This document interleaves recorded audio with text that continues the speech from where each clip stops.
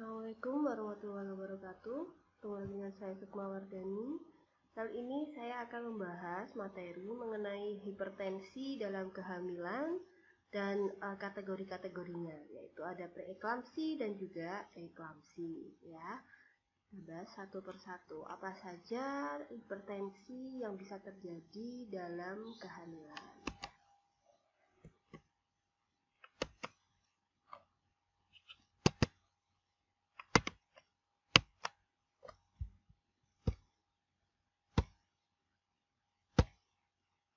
Oke, klasifikasi hipertensi dalam kehamilan itu yang pertama ada hipertensi itu sendiri, baik gestasional maupun kronik ya.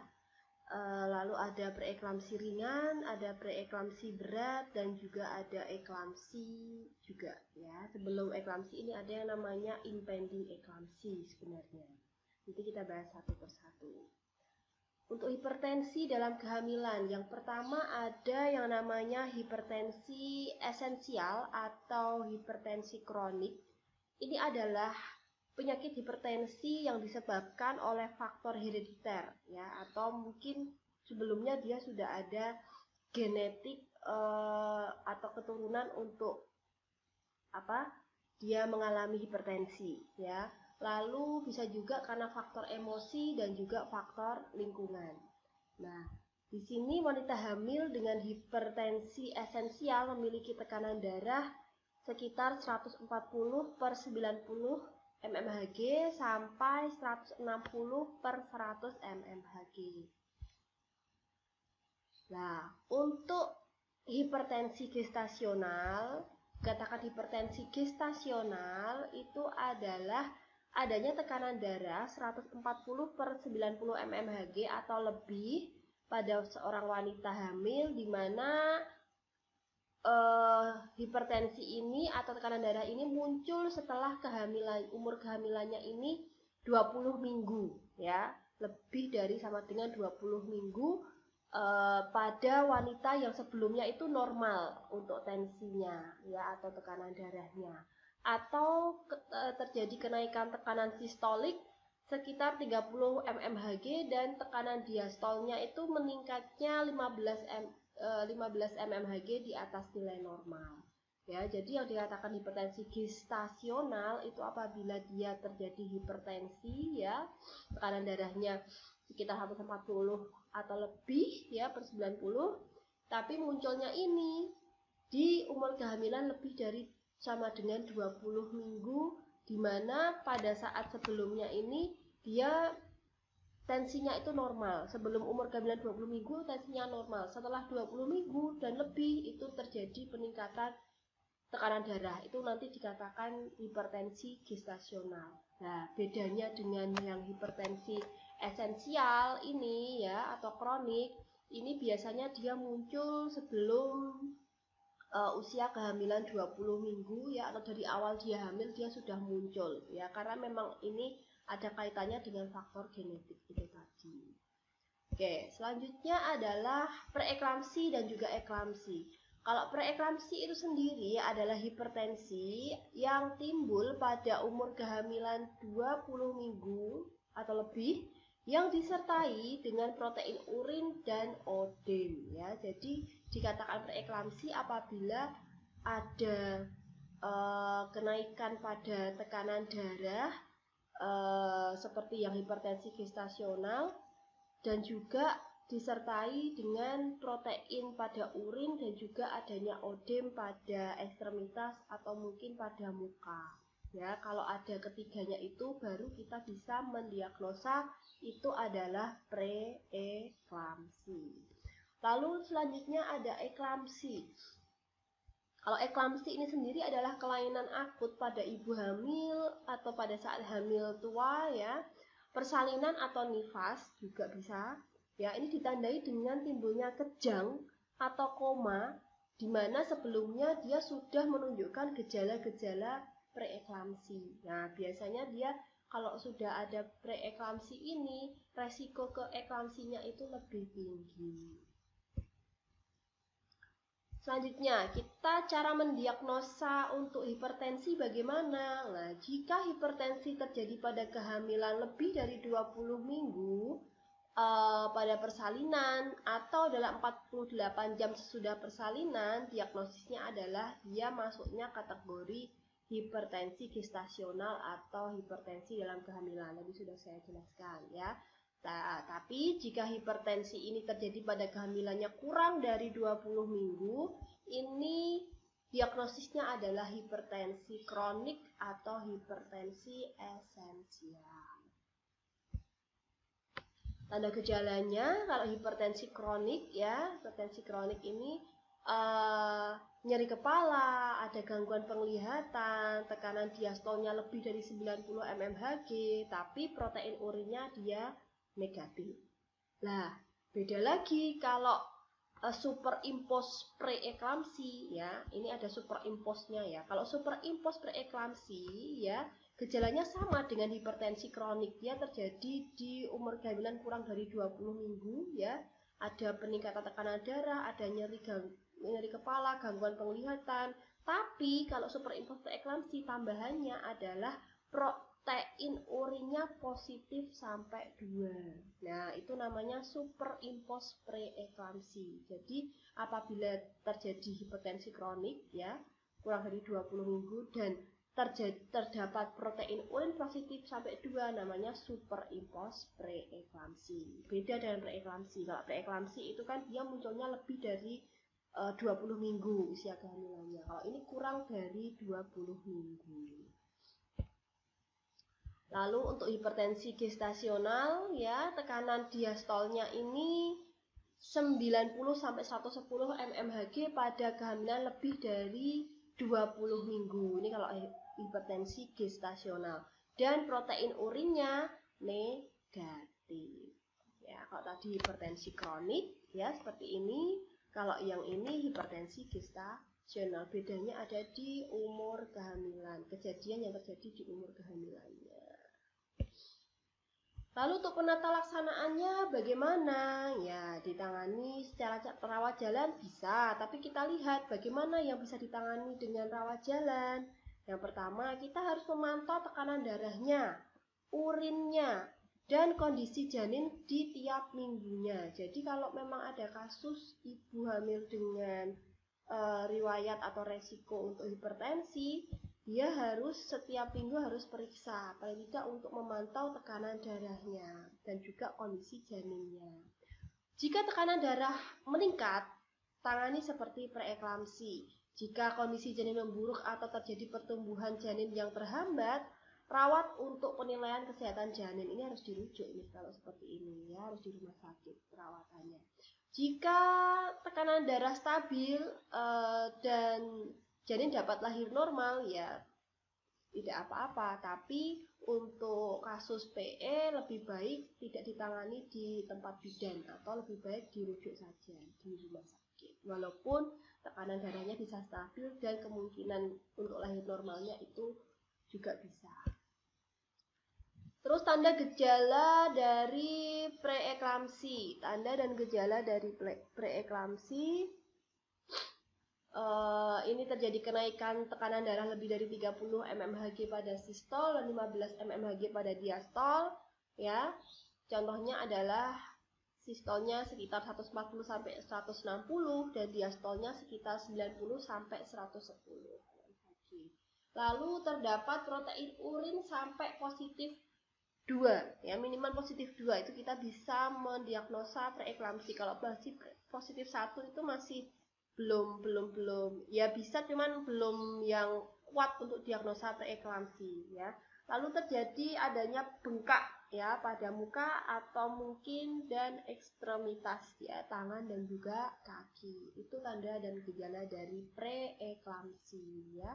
Gitu, tekanan darahnya naik, protein urinnya sampai positif 2 atau lebih, dan terdapat odem pada muka dan ekstremitas. Untuk penyulitnya, apa saja penyulit yang bisa terjadi pada preeklamsi ya? Preeklamsi ini maksudnya preeklamsi ringan ya tadi ini ya. Kalau ini tuh maksudnya preeklamsi ringan ya. Jadi penyulitnya bisa terjadi preeklamsi berat atau sampai eklamsi ya, atau mungkin bisa terjadi kegagalan pada organ ginjal, hepar, paru, jantung, bahkan sampai otak. Dan bisa terjadi gawat janin atau bahkan IUFD atau kematian janin di dalam kandungan.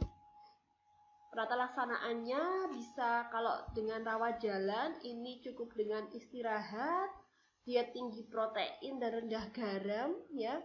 Dan setiap 2 minggu penilaian kesejahteraan janin ya untuk usia kehamilan 30 sampai 32 minggu. Jadi tiap 2 minggu sekali harus dipantau untuk kesejahteraan janinnya. Itu kalau untuk rawat jalan ya. Apabila hasil penilaian janinnya jelek ya, maka perlu dilakukan terminasi kehamilan dengan SC pada kehamilan lebih dari 30 sampai 32 minggu ya. Jadi kalau memang jelek bisa diterminasi. Kalau ragu-ragu, kita lakukan USG terlebih dahulu untuk memantau kesejahteraan janin. Apabila baik, ya, apabila masih usia kehamilannya masih prematur, penderita dipulangkan. Apabila aterem dan skor pelviknya ini lebih dari 5 atau untuk syarat untuk induksi bisa dilakukan induksi oksitosin. Untuk preeklamsi berat, kalau tadi preeklamsi ringan, ini preeklamsi berat. Ini adalah suatu komplikasi kehamilan yang ditandai dengan timbulnya hipertensi, odem, protein urin pada kehamilan lebih dari 20 minggu. Nah, perbedaannya apa dengan yang preeklamsi ringan? Nah, untuk tanda gejalanya, perbedaannya apa dari yang PER tadi ya? Ini terjadi di kehamilan 20 minggu atau lebih, jelas. Tekanan darah sistolnya lebih dari 160 dan diastolnya lebih dari 110. Dan protein urinnya sampai positif 4. Nah, ini ya. Lalu terjadi oliguria ya, atau apa? Urinnya sedikit. Penyulitnya ini bisa terjadi eklamsi, bisa terjadi kegagalan pada organ, hepar, ginjal, paru, otak ya. Dan juga pada janin ini dapat prematur, lahir prematur, terjadi gawat janin atau bahkan IUFD. Ini penyulit dari PEB, bahaya sekali ya. Dan ini ada juga setelah PEB itu ada yang dinamakan impending eklamsi. Impending eklamsi atau disebut imminent eklamsi yaitu keadaan preeklamsi berat disertai dengan gejala-gejala adanya nyeri kepala hebat, gangguan visus, muntah, nyeri epigastrium, kenaikan progresi tekanan darah sistolik atau dia lebih dari 200 mm hydrogium ya. Jadi setelah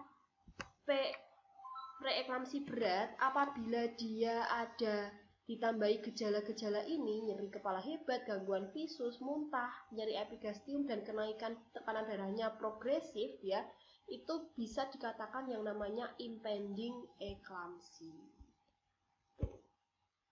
Untuk penata laksanaannya, perawatan konservatif di kamar bersalin selama 24 jam, itu tirah baring, ada infus D5 per sel 60 sampai 125 cc per jam, 10 gram MgSO4 IM setiap 6 jam sampai dengan 24 jam pasca persalinan, atau jika tidak ada kontraindikasi dalam pemberian MgSO4 ya. Lalu diberikan antihipertensi berupa nifedipin ya, 5 sampai 10 mg setiap 8 jam. Lalu pantau produksi urinnya karena resiko oliguria itu tadi. Dia tinggi protein dan rendah garam. Untuk penata untuk PEB ya. Nah, untuk PEB itu perawatan konservatif dianggap gagal apabila ini ada tanda impending eklamsinya. Lalu terjadi kenaikan progresif pada tekanan darah. Adanya sindrom HELP. Sindrom HELP ini ada hemolisis, lalu peningkatan enzim hati dan jumlah trombositnya itu rendah ya. Terus penilaian kesejahteraan janin ini jelek. Itu berarti perawatan konservatifnya gagal. Lalu untuk eklamsi. Nah, kalau tadi udah impending eklamsi, sekarang eklamsi yaitu kelainan akut pada ibu hamil saat hamil tua. Persalinan atau nifas ditandai dengan timbulnya kejang atau koma yang sebelumnya sudah menunjukkan tanda-tanda preeklamsi ya. Jadi kalau eklamsi itu bisa dikatakan kejang itu tadi ya. dan sebelumnya biasanya sudah ada tanda-tanda PE dan lebih mengarah ke preeklamsi yang beratnya. Untuk gejala klinisnya biasanya ini terjadi pada kehamilan lebih dari 20 minggu atau saat persalinannya atau saat nifas, di mana pada saat kehamilan dia sudah mengalami preeklamsi berat ya atau preeklamsi, itu biasanya resikonya ada di persalinan atau nifas akan terjadi eklamsi. Terus tanda-tandanya seperti preeklamsi ya, tadi seperti tanda gejala preeklamsi. Lalu terdapat dia tiba-tiba kehilangan kesadaran atau kejang atau koma ya, dan kadang disertai gangguan fungsi organ. Nah, ini ada 4 fase konvulsi eklamsi ya, ada 4 fase kejang pada eklamsi. Yang pertama ada tahap premonitori. Pada tahap ini dapat terjadi kesalahan jika observasi pada ibu tidak tetap. Mata dibuka ketika wajah dan otot tangannya sementara kejang. Ya, jadi tidak kelihatan. Lalu ada tahap tonik. Hampir seluruh otot-otot wanita segera menjadi serangan spasme, jadi kejang. Genggamannya mengepal dan tangan lengannya kaku. Dia menyatukan gigi dan bisa saja dia menggigit lidahnya. Kemudian otot respirasinya dalam keadaan spasme dan sampai bisa terjadi henti nafas dan warnanya berubah menjadi cyanosis. Ya, jadi karena otot respirasi atau dalam parunya ini juga kejang, bisa terjadi yang namanya henti nafas, ditandai dengan biasanya akan terjadi cyanosis atau warna mukanya seperti kebiruan ya. Terus spasme ini akan berlangsung sekitar 30 detik. Kalau ada tahap klonik, ini spasme berhenti, pergerakan otot menjadi tersendat-sendat dan serangan menjadi meningkat. Seluruh tubuhnya bergerak dari satu sisi ke sisi yang lain, sementara terbiasa sering saliva blood strain terlihat pada bibirnya. Tahap komatos, koma ya. Ini wanita dapat tidak sadar dan mungkin nafasnya berbunyi. Cyanosis memudar tapi wajahnya tetap bengkak dan kadang-kadang sadar dalam beberapa menit atau koma untuk beberapa jam. Nah, ini tahapan-tahapannya ya tadi ya. Ada premonitori, tonik, klonik dan juga koma. Nah, sampai koma ini. Jadi berbahaya sekali, makanya kita harus bisa mendeteksi dan mencegah hal ini terjadi. Untuk pemeriksaan tambahannya bisa dilakukan pemeriksaan laborat, itu urin protein, fungsi hepar, fungsi ginjal dan juga jantung. Penyulit yang bisa terjadi pada eklamsi ini pada ibu akan terjadi perdarahan cerebral, terjadi odem pada paru, gagal ginjal, payah jantung, dan sindrom HELLP dan perdarahan postpartum. Pada anak ini bisa terjadi lahir prematur atau mungkin gawat janin atau bahkan sampai IUFD atau kematian janin di dalam kandungan. Resikonya sangat besar sekali untuk terjadi gawat janin dan IUFD kalau pada kasus preeklamsi berat atau bahkan sampai eklamsi. Pembagian eklamsi sendiri ini ada klasik dan juga krusial. Klasik ini penderita datang dengan kesadaran yang relatif baik, hanya disertai oliguri. Ya, kalau krusial ini penderita datang dengan kesadaran terganggu, sudah tidak sadar seperti tadi ya, disertai komplikasi multi organ. Nah, ini ada beberapa perbedaannya ya. Klasik kejangnya itu berapa kali, nadinya bagaimana, tekanan darahnya bagaimana, temperaturnya, respirasinya, kesadarannya, status kardiologinya, dan juga status parunya. Ini yang parah ada di krusial. Ya, kita harus mencegah supaya ini tidak terjadi.